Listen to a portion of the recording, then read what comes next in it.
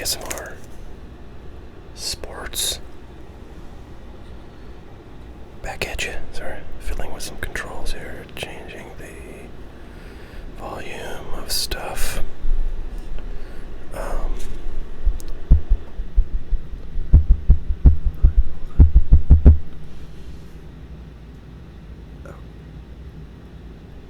Okay. All right, here we go. I'm fiddling with some stuff because I just wanted to make sure the mic levels were set appropriately, which I'm sure I could have done off camera, but what the hell. Yeah, so anyways, today I'll be chewing on some sweet mint gum, and we're not going to be opening any unopened cards today. We are going to dig into this, which is a complete set of 1985 Topps football. I've actually wanted for a long time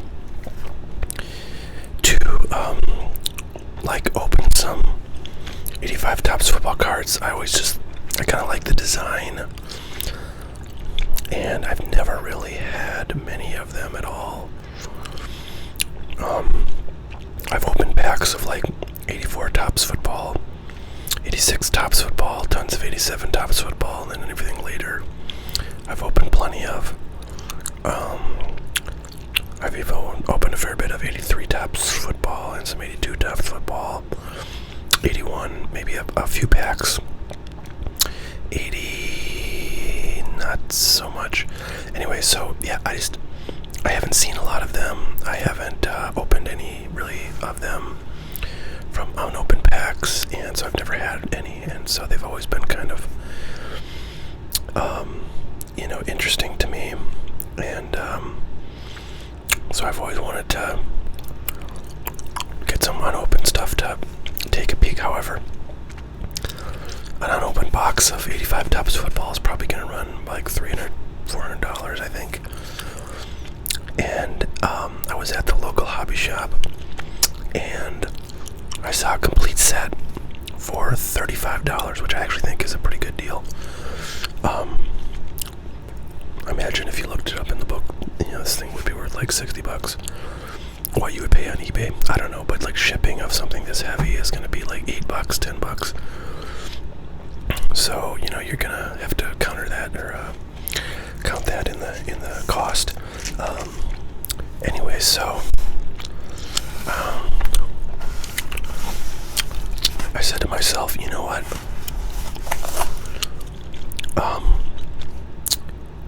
It doesn't make a whole lot of sense for me to buy an unopened box of 85 Topps football cards if I can see every single card in the set. And save $400 some dollars in the process, right? So, because I don't know that opening anything that costs that much is ever going to make sense. People will try to say, oh, you could get a gem, 10 mint, whatever card out of there, and that sells for X amount of dollars, so that's what you're shooting for. But the reality is there's no way in hell you're going to get a gem mint. Maybe you get a 9, maybe, but those are honestly not super valuable in a lot of cases. Like in this product, actually there's really not, and these are kind of curved, but that's fine, that doesn't really affect the value. I think the big card in this one is actually just there's a Warren Moon rookie in here, and Warren Moon was one of my favorite players back in the late 80s and 90s. So I actually that's the one 85 Topps card I have. I think I might have a Montana somewhere too, but I don't know. The odds that you'll get a gem mint 10 Warren Moon rookie, very, very low. So if you're spending $400 to get that chance, then you're kind of an idiot. So I didn't want to be an idiot. So I thought I would see how this goes, because I bought a box of 1989 Score Football, which has some really cool cards in it. A lot of great rookies like Barry Sanders, Troy Aikman, Deion Sanders, Andre Rison, and that cost, I don't know, $250 maybe. And I could probably get a complete set of that for like under $100, I imagine. So, and you could probably even find a factory sealed one, so you'd even still have a chance. So suffice it to say, I think there's just a huge premium on open stuff, just because it gets rarer and rarer as people do open it. And so the value of it, is likely to continue to climb. So why not get some complete sets and open those instead? That's my theory. All right. So these are in order. So this is card number 1. And at the beginning of the set, as is common for both football and baseball cards, there's some subsets. So the first one is Record Breaker. So I think there's like maybe 7 or 8 of these. Walter Payton. Okay, and then looks like they have the NFC and AFC Championship cards. So the two teams there, 49ers and the Dolphins, would have been in the '84 Super Bowl, playing against each other. And there's a Super Bowl card. So, wonder who that is. It's obviously, well, yeah, I'm guessing it's a, running back or fullback or something. And the only one I know of from the 49ers from those days was like Roger Craig. But that kind of doesn't look like Roger Craig. That guy looks bigger, so I'm not sure who that. Let's see.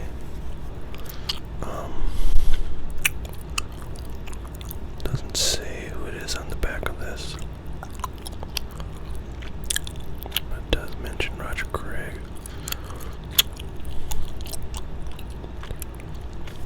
Anyways. Looks like the 49ers won it in 1984.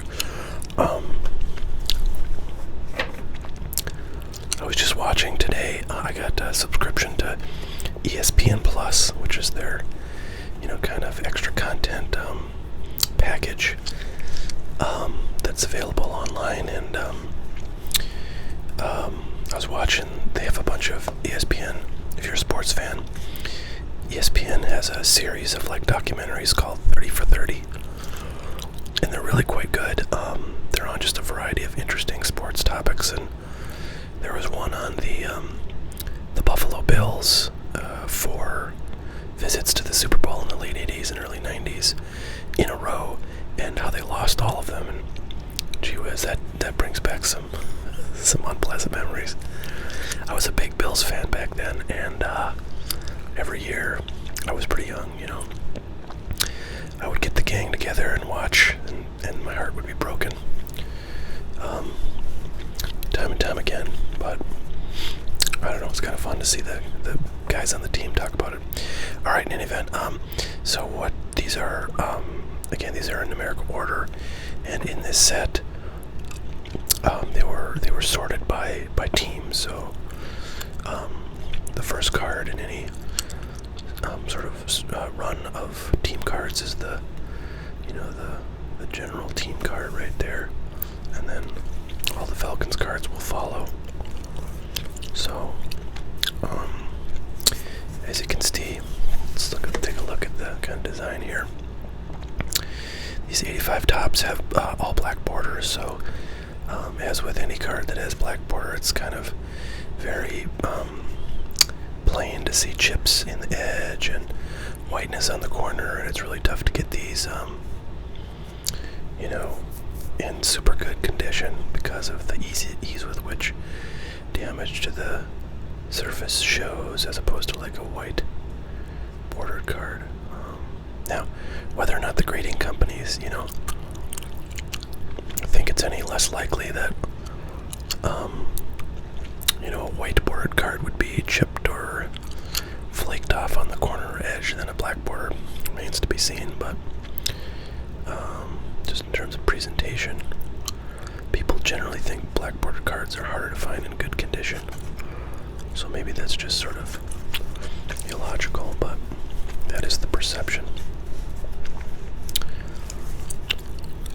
Rick Bryan, Alfred Jackson, Kenny Johnson, Mike Ken, Mike Pitts, Gerald Riggs. He was a great player back in the 80s. Let's see here. Almost 1,500 yards. Rushing in 84.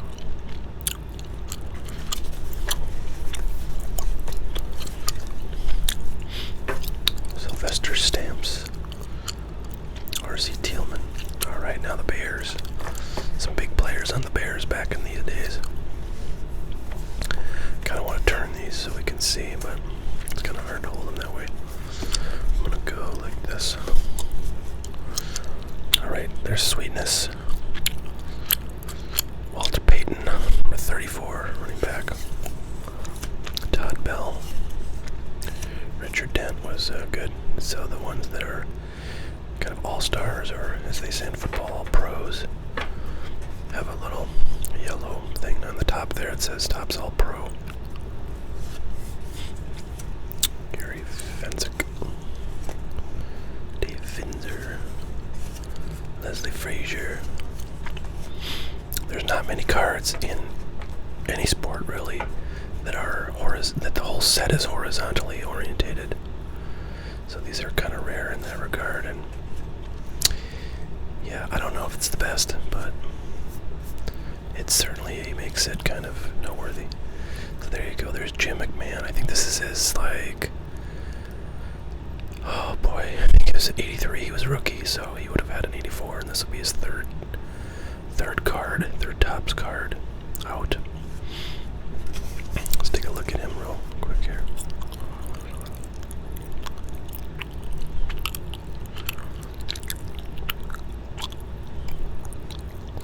Yeah, so he had pretty limited playing time up until this point, looks like.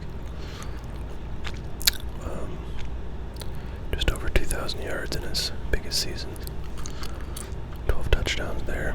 Not sure who was the main quarterback for Chicago back then. There he is. There's Sweetness. See how the bottom there is really chipped. Beautiful card. Walter Payton. What a guy. What a legendary football god he was. Some people think he's the best football player of all time.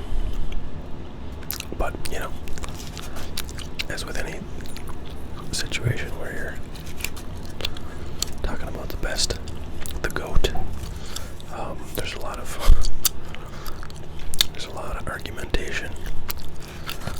Generally, people say, like, the best football player of all time is one of Walter Payton, Jim Brown, Jerry Rice,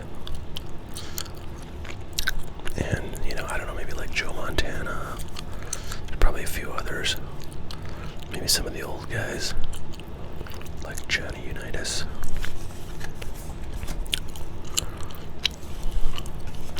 There's Tony Dorsett. Interestingly, he was not an All-Pro, but he was super good for quite a number of years.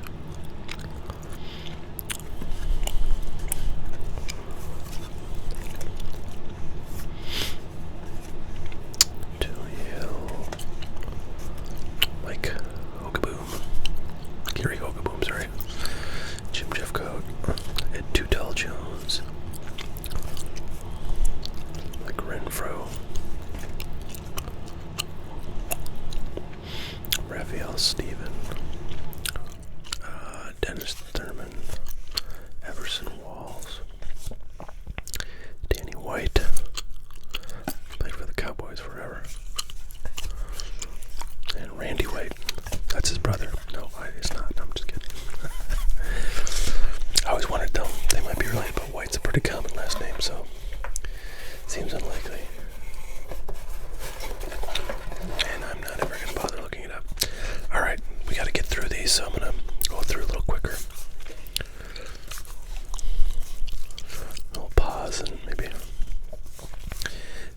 sure who the rookies are other than Warren Moon. I feel like maybe Irving Fryer is a rookie in this. I might take a look at some of the cards on the back.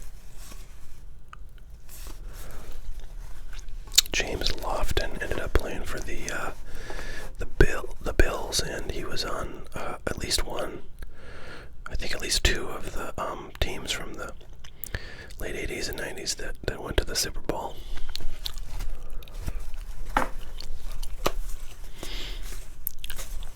Eric Dickerson, that's his. So there's a bunch of cards in here that are second-year cards, and they had rookies in '84, and Eric Dickerson is one of them.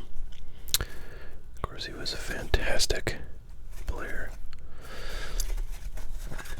Yeah, the other ones are like Elway, Marino, and a few other smaller. I think Roger Craig too was a rookie in '80. Well, this rookie card was in '84 Topps.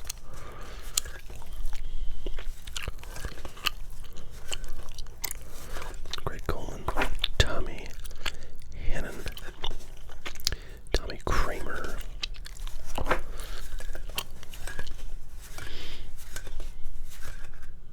Saints.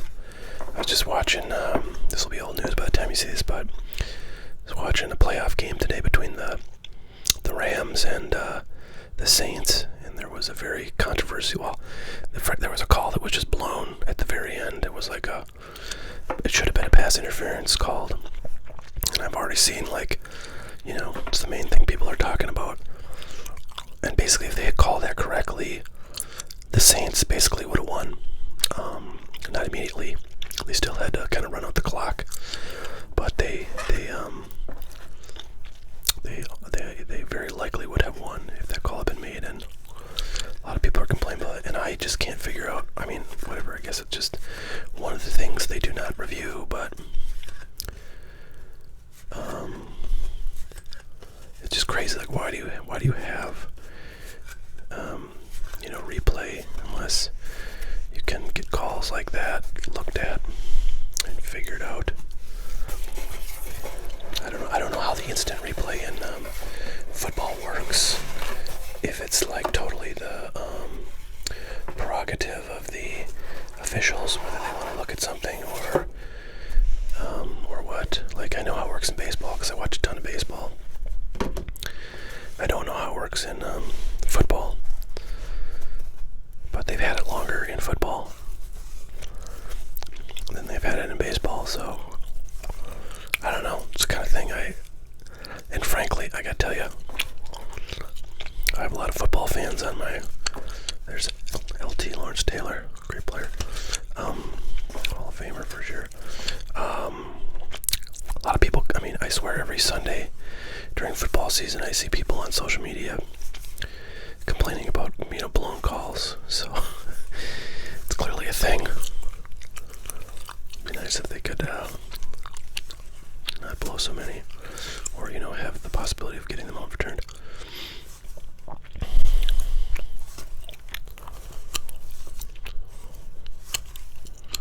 Here's okay, here comes. There's Roger Craig. There's All-Pro Randy Cross, Fred Dean, Keith Von Horst, looking very 80s. Dwight Hicks, Ronnie Lott, great player. And there's Joe Montana, very nice card. Yeah, it's actually really nicely centered. I mean, not perfect, but pretty close. Got a little scratch on it. That's a bummer. Edges, a little bit crappy. Corners, a little bit crappy.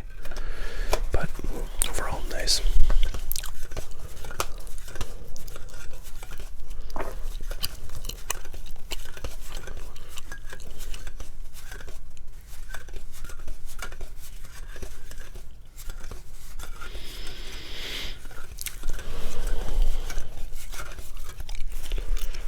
So we still need to see Marino, Elway, and Warren Moon. Dexter Manley, Art Monk, great player.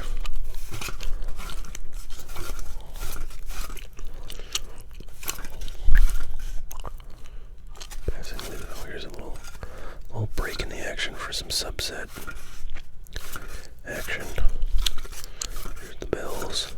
I wonder how many of these guys were on like the '89 team, which was the first of the 4 to go to the Super Bowl in a row. I don't really recognize any of those guys, so maybe, but I don't know. I don't know a lot of players. What's interesting is like these, like the coverage of this set is not like, okay, let's count like Browns. Okay, 1, 2, 3, 4, 5, 6, 7, 8, 9, 10, 11, 12, 13. 13 cards of the Browns, so there are many more than 13 cards, or 13 players on the team. So where did they make the cutoff? Like games played or something? 2, there's Elway. Oh, that's a nice one. Edge. 3, 4, 5, 6, 7, 8, 9, 10, 11, 12. Only 12. Wow, I might have miscounted. Alright, here's Oilers, so here's we're gonna get a more Warren Moon. Look at that, nice Warren Moon. Corners are a little beat up, but it's a pretty sweet card. This is only like 12 or 13 cards for every team, which, yeah, I don't know. I don't know. I guess you just hoped the guys that you cared about, I mean, clearly the bigger stars, probably the more offensive stars are going to be featured, but I don't know. I don't know, y'all.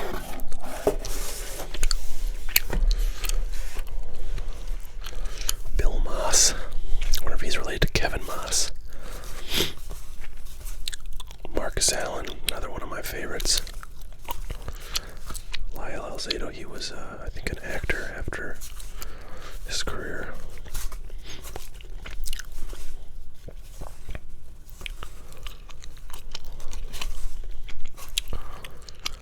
Howie Long. I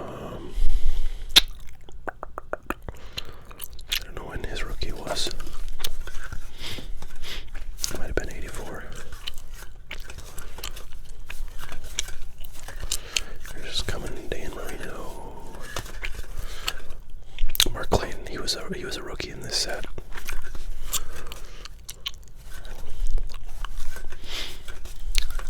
And there's Marino.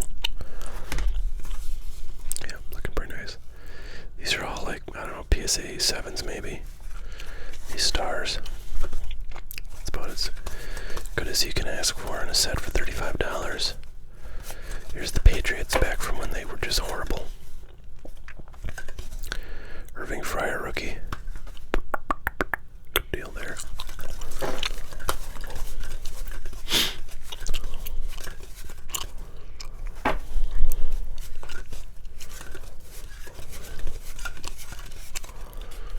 Alright, last stack.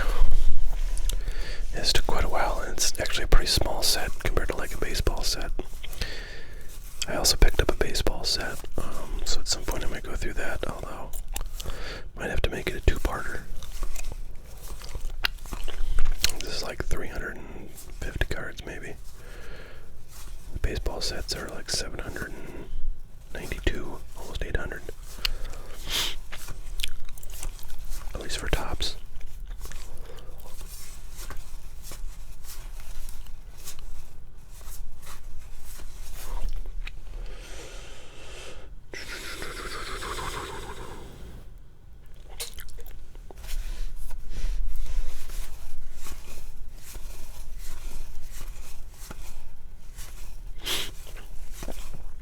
Steve Largent, great wide receiver.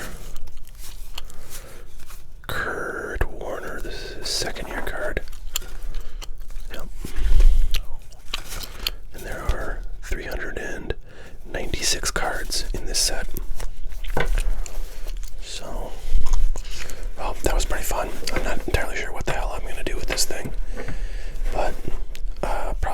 ship it as a complete set. Let it sit around for a while, and then probably sell it to somebody for like $25, which would represent a $10 loss for me. But compared to what would happen if I bought a box of 85 Tops packs, I would spend like $40 on that. I would be able to sell these singles for like $20 on eBay, and I would have a bunch of commons which nobody would ever want. So I would lose approximately $450.